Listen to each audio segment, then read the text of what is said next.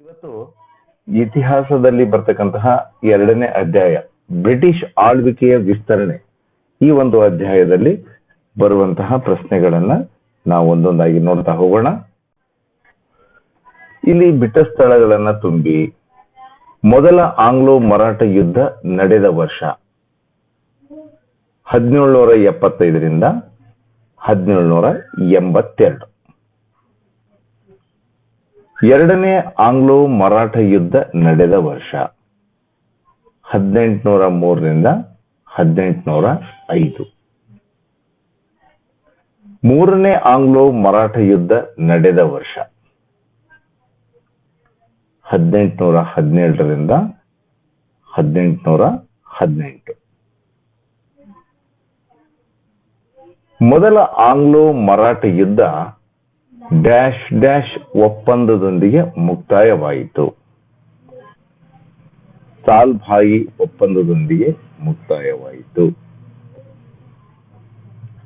ಸಹಾಯಕ ಸೈನ್ಯ ಪದ್ಧತಿಯನ್ನ dash dash ಎಂಬುವವನು dash dash ರಲ್ಲಿ ಜಾರಿಗೆ ತಂದನು. ನೋಡಿ, ಯಾರು ಈ ಸಹಾಯಕ ಸೈನ್ಯ ಪದ್ಧತಿಯನ್ನ ಜಾರಿಗೆ ತಂದವರು ಅಂದ್ರೆ ಲಾರ್ಡ್ ವೆಲ್ಲೆಸ್ಲಿ. ಯಾವಾಗ? 1798ರಿಂದ 1805ರಲ್ಲಿ ಈ ಸಹಾಯಕ ಸೈನ್ಯ ಪದ್ಧತಿ ಇತ್ತು. ಸಹಾಯಕ ಸೈನ್ಯ ಪದ್ಧತಿಗೆ ಮೊದಲು ಸಹಿ ಹಾಕಿದ ಸಂಸ್ಥಾನ ಹೈದರಾಬಾದ್ ನಿಜಾಮನ ಸಂಸ್ಥಾನ ಈ ಸಹಾಯಕ ಸೈನ್ಯ ಪದ್ಧತಿಗೆ ಮೊದಲು ಸಹಿಯನ್ನ ಹಾಕಿತು. ಇವು ಒಂದು ವಾಕ್ಯದ ಪ್ರಶ್ನೆಗಳಲ್ಲಿ ಆದರೂ ಬರಬಹುದು ಅಥವಾ ಬಹು ಆಯ್ಕೆಯಲ್ಲಾದರೂ ಈ ಪ್ರಶ್ನೆಗಳು ಪರೀಕ್ಷೆಯಲ್ಲಿ ಬರುವ ಸಂಭವ ಇರುತ್ತದೆ. ಪೇಶ್ವೆಯು ಡ್ಯಾಶ್ ಡ್ಯಾಶ್ ಒಪ್ಪಂದಕ್ಕೆ ಸಹಿ ಹಾಕುವ ಮೂಲಕ ಸಹಾಯಕ ಸೈನ್ಯ ಪದ್ಧತಿಯನ್ನು ಒಪ್ಪಿದನು. ಮರಾಠರ ಪೇಶ್ವೆಯು ಯಾವ ಒಪ್ಪಂದ? ಬೆಸ್ಸಿನ್ ಒಪ್ಪಂದದ ಮೂಲಕ ಸಹಿ ಹಾಕುವ ಮೂಲಕ ಸಹಾಯಕ ಸೈನ್ಯ ಪದ್ಧತಿಯನ್ನ ಒಪ್ಪಿದನು. ಪೇಶ್ವೆಯ ಎರಡನೇ ಬಾಜಿರಾಯನು ಬ್ರಿಟಿಷರ ವಿರುದ್ಧ 1818ರಲ್ಲಿ ಡ್ಯಾಶ್ ಡ್ಯಾಶ್ ಮತ್ತು ಡ್ಯಾಶ್ ಡ್ಯಾಶ್ ಯುದ್ಧಗಳಲ್ಲಿ ಸೋತು ಶರಣಾಗತನಾದ. ಎರಡು ಯುದ್ಧದಲ್ಲಿ, ಒಂದು ಕೋರೆಗಾಂವ್, ಎರಡನೇದ್ದು ಅಸ್ತಿ ಯುದ್ಧಗಳಲ್ಲಿ ಸೋತು ಶರಣಾಗತನಾದನು.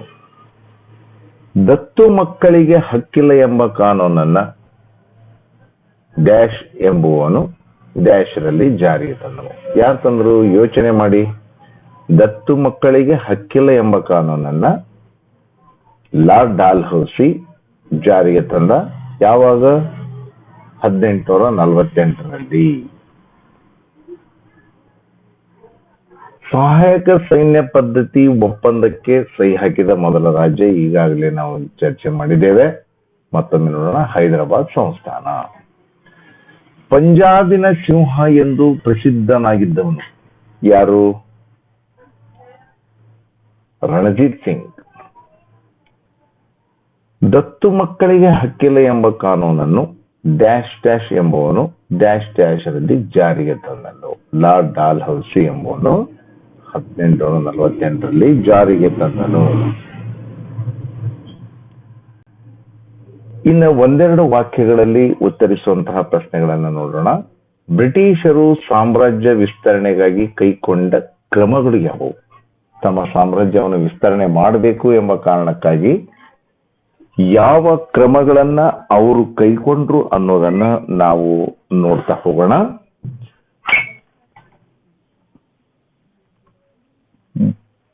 ಮೂರು ಆಂಗ್ಲೋ ಮರಾಠ ಯುದ್ಧಗಳು, 4 ಆಂಗ್ಲೋ ಮೈಸೂರು ಯುದ್ಧಗಳು, 2 ಆಂಗ್ಲೋ ಸಿಖ್ ಯುದ್ಧಗಳು, ಸಹಾಯಕ ಸೈನ್ಯ ಪದ್ಧತಿ ಮತ್ತು ದತ್ತು ಮಕ್ಕಳಿಗೆ ಹಕ್ಕಿಲ್ಲ ಎಂಬ ನೀತಿ. ಈ 5 ಅಂಶಗಳಿಂದ ಅವ್ರು ಏನ್ ಮಾಡಿದ್ರು? ಭಾರತದಲ್ಲಿ ತಮ್ಮ ಸಾಮ್ರಾಜ್ಯವನ್ನು ವಿಸ್ತರಣೆ ಮಾಡಿದರು. ಮೊದಲ ಆಂಗ್ಲೋ ಮರಾಠ ಯುದ್ಧಕ್ಕೆ ಕಾರಣಗಳನ್ನ ತಿಳಿಸಿ. ನೋಡೋಣ ನಾವು ಒಂದೊಂದೇ ಕಾರಣಗಳನ್ನ.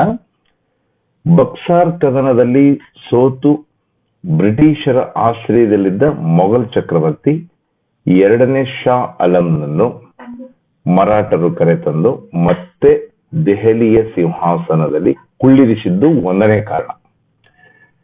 ಇನ್ನು ಎರಡನೇ ಕಾರಣ, ಶಾ ಆಲಂ ಮೊದಲು ಬ್ರಿಟಿಷರಿಗೆ ನೀಡಿದ್ದ ಕೋರ್ ಮತ್ತು ಅಲಹಾಬಾದ್ಗಳನ್ನ ಪುನಃ ಮರಾಠರಿಗೆ ಕೊಟ್ಟಿದ್ದು. ಈ ಎರಡು ಕಾರಣಗಳಿಂದ ಮೊದಲ ಆಂಗ್ಲೋ ಮರಾಠ ಯುದ್ಧ ನಡೀಲಿಕ್ಕೆ ಕಾರಣ ಆಯಿತು. ಮರಾಠರಲ್ಲಿ ಪೇಶ್ವೆಯ ಪಟ್ಟಕ್ಕೆ ಏರ್ಪಟ್ಟ ಕಲಹ ಇದು ಒಂದು ಕಾರಣ. ನಾನಾ ಫಡ್ನವೀಸ್ ನೇತೃತ್ವದಲ್ಲಿ ಪೇಶ್ವೆ ಸ್ಥಾನ ಆಕಾಂಕ್ಷಿಯಾಗಿದ್ದ ರಘುವನ ಬದಲು ಎರಡನೇ ಮಾಧವರಾಯ ಮರಾಠ ಒಕ್ಕೂಟವು ಪಟ್ಟ ಕಟ್ಟಿದ್ದು. ರಘುವನ್ನು ಬ್ರಿಟಿಷರ ಬೆಂಬಲ ಕೋರಿದ್ದು. ಇನ್ನು ಸಹಾಯಕ ಸೈನ್ಯ ಪದ್ಧತಿಯ ನಿಬಂಧನೆಗಳು ಯಾವುವು? ಸಹಾಯಕ ಸೈನ್ಯ ಪದ್ಧತಿಗೆ ಒಳಪಡತಕ್ಕಂತಹ ಸಂಸ್ಥಾನಗಳಿಗೆ ಇರತಕ್ಕಂಥ ನಿಬಂಧನೆಗಳೇನೋ ನೋಡೋಣ. ಭಾರತೀಯ ರಾಜನು ಬ್ರಿಟಿಷ್ ಸೈನಿಕ ತುಕಡಿಯನ್ನ ತನ್ನ ರಾಜ್ಯದಲ್ಲಿ ಇರಿಸಿಕೊಳ್ಳಬೇಕು. ಸಹಾಯಕ ಸೈನ್ಯ ಪದ್ಧತಿಗೆ ಒಳಪಡ್ತಕ್ಕಂಥ ರಾಜ ಬ್ರಿಟಿಷರ ಸೈನ್ಯದ ಒಂದು ತುಕಡಿಯನ್ನ ತನ್ನ ರಾಜ್ಯದಲ್ಲಿ ಇಟ್ಕೊಳ್ಬೇಕು. ಸೇನೆಯ ವೇತನ ಮತ್ತು ನಿರ್ವಹಣೆಯ ವೆಚ್ಚವನ್ನ ಸಂಬಂಧಪಟ್ಟ ಆ ರಾಜ್ಯವೇ ಭರಿಸಬೇಕು. ಬ್ರಿಟಿಷರ ಅನುಮತಿ ಇಲ್ಲದೆ ಆಸ್ಥಾನದಲ್ಲಿ ಯಾವುದೇ ಯುರೋಪಿಯನ್ನರನ್ನ ನೇಮಿಸಿಕೊಳ್ಳುವಂತಿಲ್ಲ. ಯಾವುದೇ ರಾಜ್ಯಗಳೊಂದಿಗೆ ಯುದ್ಧ ಅಥವಾ ಸಂಧಾನ ಮಾಡಿಕೊಳ್ಳಬೇಕಾದರೆ ಗವರ್ನರ್ ಜನರಲ್ ಸಮ್ಮತಿ ಬೇಕು. ಇದಕ್ಕೆ ಪ್ರತಿಯಾಗಿ ಕಂಪನಿಯು ಆಂತರಿಕ ಮತ್ತು ಬಾಹ್ಯ ರಕ್ಷಣೆಯನ್ನ ಒದಗಿಸುವುದು. ಈ ಎಲ್ಲ ನಿಬಂಧನೆಗಳಿಗೆ ಒಪ್ಪಿ ಸಹಿ ಹಾಕಿದ್ರೆ ಅದು ಸಹಾಯಕ ಸೈನ್ಯ ಪದ್ಧತಿಗೆ ಒಳಪಟ್ಟಂತ ಸಂಸ್ಥಾನ ಆಗ್ತಿತ್ತು. ನಾಲ್ಕನೇ ಪ್ರಶ್ನೆಯನ್ನು ನೋಡೋಣ. ಎರಡನೇ ಆಂಗ್ಲೋ ಮರಾಠ ಯುದ್ಧಕ್ಕೆ ಕಾರಣಗಳನ್ನ ತಿಳಿಸಿ. ಮರಾಠರ ಮನೆತನಗಳ ನಾಯಕರಾದ ಹೋಳ್ಕರ್, ಯಶವಂತರಾವ್, ಸಿಂಧಿಯಾ, ದೌಲತ್ರಾವ್ ಹಾಗೂ ಪೇಶ್ವೆ ಎರಡನೇ ಬಾಜಿರಾಯ್ ನಡುವಿನ ಸಂಘರ್ಷವೇ ಈ ಯುದ್ಧಕ್ಕೆ ಕಾರಣವಾಯಿತು. ಯಾರ್ಯಾರು? ಹೋಳ್ಕರ್ ಯಶವಂತರಾವ್, ಸಿಂಧಿಯಾ ದೌಲತ್ರಾವ್ ಹಾಗೂ ಪೇಶ್ವೆ ಎರಡನೇ ಬಾಜಿರಾಯ್. 1802ರಲ್ಲಿ ಹೋಳ್ಕರ್ ಸೈನ್ಯವು ಸಿಂಧಿಯಾ ಮತ್ತು ಪೇಶ್ವೆಯ ಸೈನ್ಯವನ್ನ ಸೋಲಿಸಿತು. ಪೇಶ್ವೆ ಬ್ರಿಟಿಷರ ಸಹಾಯ ಯಾಚಿಸಿದನು. ಲಾರ್ಡ್ ವೆಲೆಸ್ಲಿಗೆ ಮರಾಠರ ಆಂತರಿಕ ವಿಚಾರದಲ್ಲಿ ಪ್ರವೇಶಿಸಲು ಅವಕಾಶ ಸಿಕ್ಕಿತು.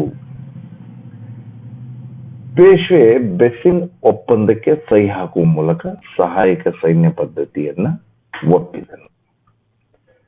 ಪೇಶ್ವೆಯು ಸಹಾಯಕ ಸೈನ್ಯ ಪದ್ಧತಿಯನ್ನು ಒಪ್ಪಿದ್ದನ್ನು ವಿರೋಧಿಸಿ ಹೋಳ್ಕರ್, ಭೋಸ್ಲೆ, ಸಿಂಧಿಯಾ ಒಗ್ಗೂಡಿದರು.